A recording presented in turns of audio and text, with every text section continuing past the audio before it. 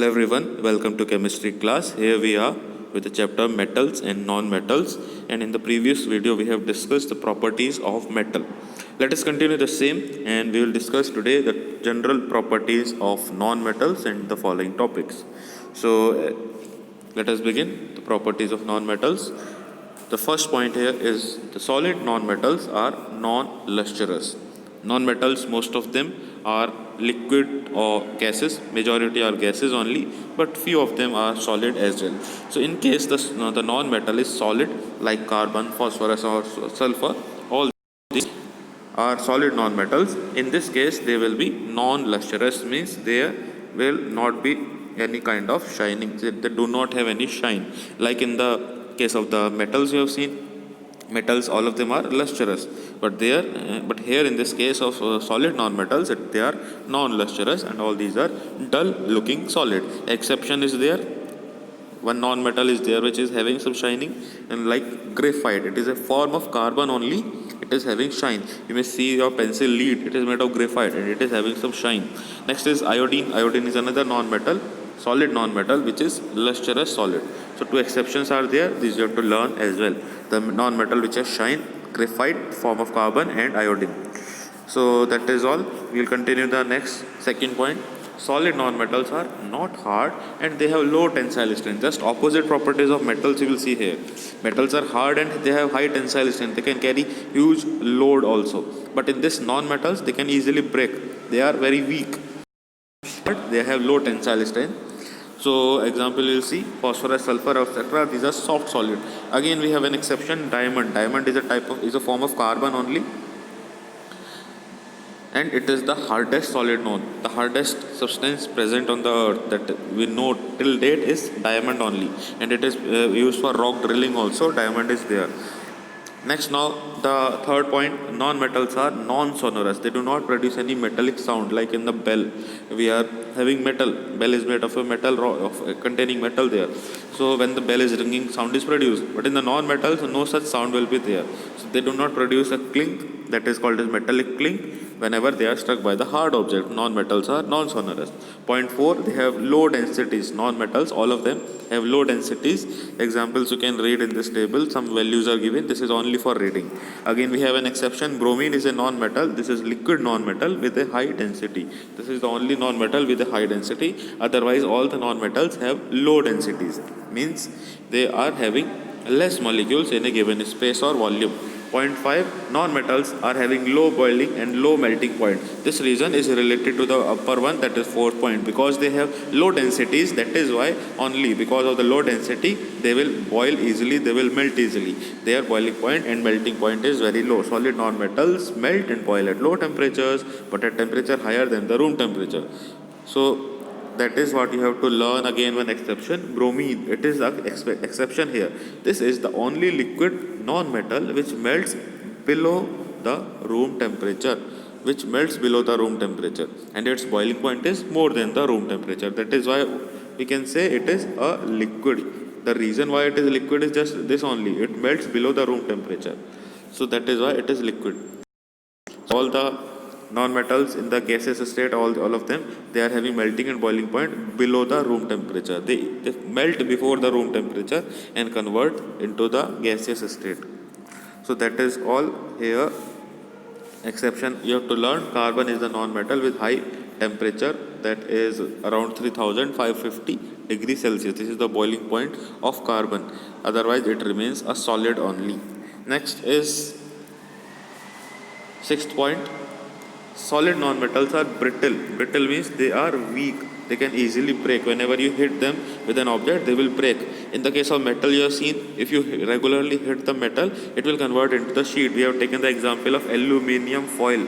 Aluminium foil paper is made up of aluminium metal only, and it is made by regularly hitting the aluminum metal by a heavy object. But in this case, if you are hitting the solid non-metal again and again, they will break because they are brittle. They break upon being beaten. Point 7 will move. They are not ductile. Metals are ductile, non-metals are not ductile.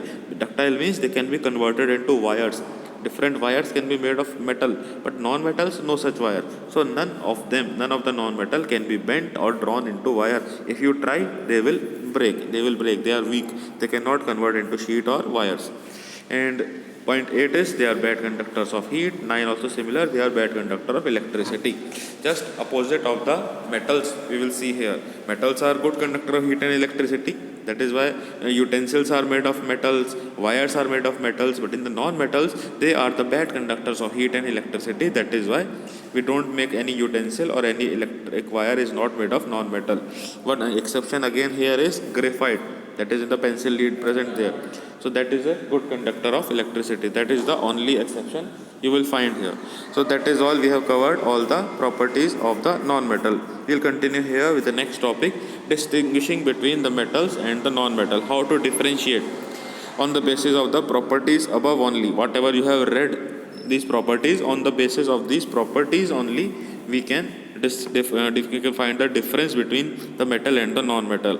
They are having any shining, they are having any metallic sound is being produced, they are conducting electricity or not. On that basis, all those properties are given.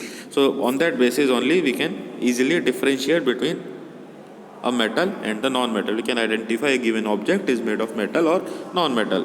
One activity is given here. You have to collect some household articles made of aluminum, copper, iron and examine the properties. You can try it and observe the properties in various objects present at home. So you can just read through this, nothing else important, because these are just repeating the same properties that we have already discussed. So no need to repeat them again. You have to read that, but don't leave. You have to read these things and it will be better for our understanding. One activity is given here, how we can identify that an object is metallic or not. For that they have made a set.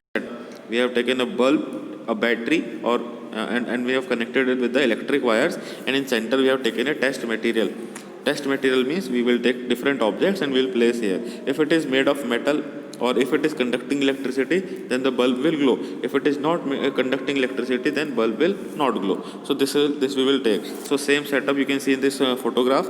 Battery is there, bulb is glowing here, and other side you can see what is there, metal key is there. Key is made of metal and metal conduct electricity. So whenever this metal is put there, not only key, any object made of metal, if it is put there, then current will flow, because from the battery current will flow in the circuit and bulb will start glowing. But if you take any non-metal, here they have taken a piece of coal. Coal means carbon, and carbon is a non-metal. Non-metal does not conduct electricity. So here you can see bulb is not glowing because non-metals do not conduct electricity. One exception that we have seen, graphite. Graphite is a non-metal but it conducts electricity. So if you take pencil lead and sharp from both the sides and connect the wires, so wires will transfer the current into this pencil lead, and pencil lead will act as an electric wire only, and in this case the bulb is glowing. Why the bulb is glowing? Because graphite is an exception here.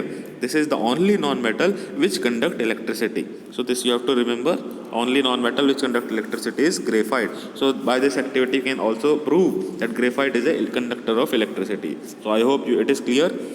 All the properties are clear of the metals and the non-metals. Apart from the metals and the non-metals, we have one more category of the elements that is called as metalloids. They are the semi-metals. They are the elements which are having the properties intermediate between the metals and the non-metals. What are the examples? Examples are boron, silicon, germanium, arsenic, antimony. These names you have to remember. One more is there, tellurium. All these are called as metalloids. The elements which are having the properties intermediate of the metals as well as non-metals. Some properties of metals will come, some properties of non-metals will come. Hence they are called as metalloids or semi-metals. First point we will see here, the properties we are reading. Now first point is metalloids are hard solid. Next, they may or may not have luster. Luster, shining may be there, may not be there. Example you see here, germanium, antimony, tellurium. These are shining, these are lustrous. But silicon and arsenic are not shining. They do not shine. Silicon you can see on the solar panels. It is present there, but it is not shining. Next point 3, they have densities intermediate of the metal and non-metal. Metal are having high density, non-metals are having low density. But in the metalloid, this density will be between metal and non-metal. Point number 4, the ability to conduct heat and electricity. Both the things you will see. First of all, let us see about heat only. Heat is conducting, this ability is intermediate between the metals and the non-metals. Means they can transmit the heat but not like the non-metals. Metals can transmit heat but not like the non-metals. Now we'll move to the point 5. Except some exception are given here. Arsenic, antimony are exception, but other than these they are the good conductor of electricity. Metalloids are semiconductors. Some semiconductors are there like silicon and germanium. They are semiconductors. They are used in solar panels. Silicon is very much in use these days in the solar panels. It is used there. It is converting the solar energy into electrical energy. So they are having the ability, metalloids, these silicon and germanium, they are semiconductors. They have the ability to conduct electricity, which is this ability is intermediate between the metal and non-metal, and hence they are highly used in the electronics industries. Various chips, they are present in the televisions, in the smart TVs, in computers, in various smartphones. All these chips are made of silicon. All these are made of silicon only. So that is why it is very much in use these days in these industries. Silicon is a semiconductor. So that is all about the metal, non-metal, and the metalloid. All we have covered. Here a table is given general properties of metal and non-metal. Put a tick here, and you have to learn all these, or you have to learn all these properties. You can learn from this table. Otherwise, from the reading part, already we have seen there. So all these you can go through this and read these things, and every exception in different properties, some exceptions are given there. That exceptions you have to learn. In every point, exceptions are given that you have to learn. Now we'll move to the next part, that is the alloys. Alloys definition we'll read here. A solid solution, that is homogeneous mixture. It is a mixture. Alloy is a mixture of what? Of a metal with other metal. If we are having different metals and we are mixing them, if we mix different metals, also we can take one metal and one non-metal. That also is equally, it is also equally valid here. We can mix different metals. Also we can mix one metal with another non-metal. Whatever the following, whatever the conclusion will be there, that is whatever the final substance is coming, it is called as an alloy. Alloy is what? It is a solution or a homogeneous mixture of metal with other metal, or we can say non-metal. Examples we'll read here. Steel. Steel is a what? Steel is an alloy.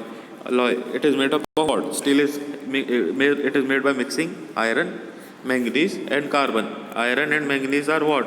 They both of these are metals, but carbon is a non-metal. So we are mixing different metals and non-metals together, and we are getting steel. Steel is very strong. Iron itself is strong, but iron, if we are mixing with these substances, it will give us steel, and it is even more stronger.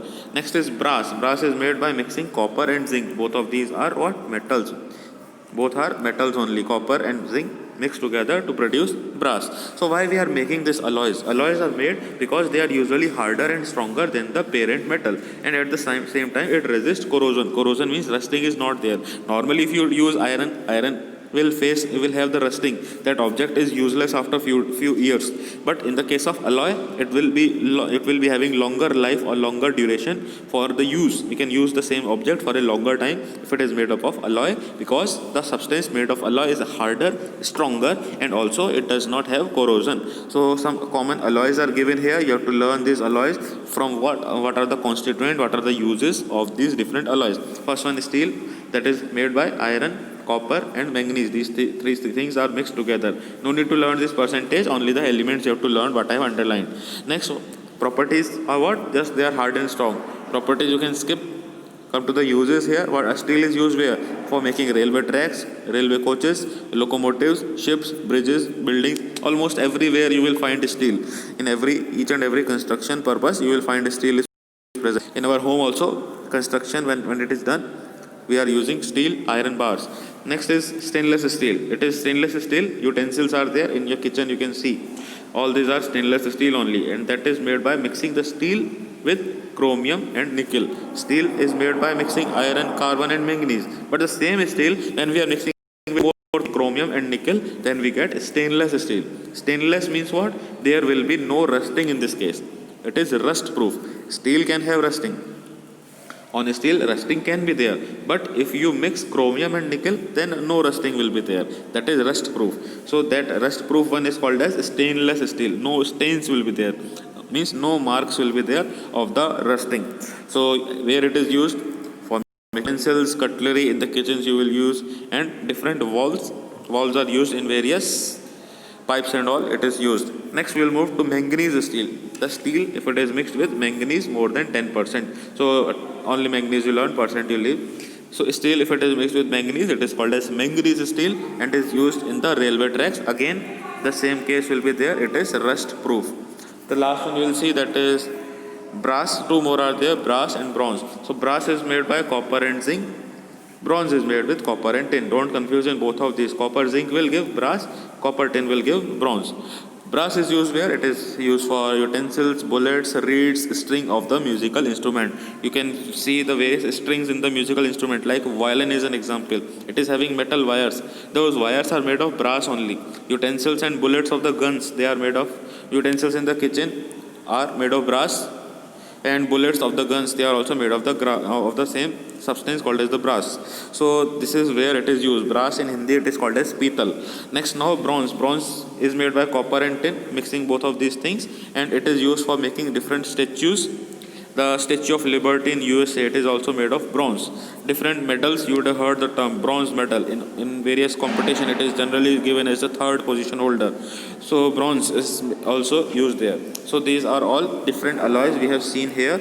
Apart from this, there are some other alloys that we will be discussing now. Gold alloys.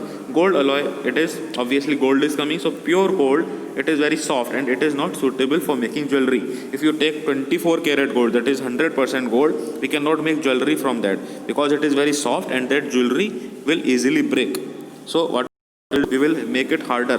That soft gold is made harder and stronger by mixing or alloying it with silver, copper, or both. We can mix gold with silver, we can mix gold with copper, or we can mix all the things together, gold, silver and copper together. So as a result, what will happen? Alloy will become harder and stronger, and we can make different designs and different type of the jewelry items, and this jewelry will not easily break. That is why you hear the terms carat, 23 carat, 21 carat, 18 carat. That depends on how much copper we have mixed, how much silver we have mixed. If we have mixed more copper, then carats will fall down. More carats means more gold, less carats means less gold and more metals.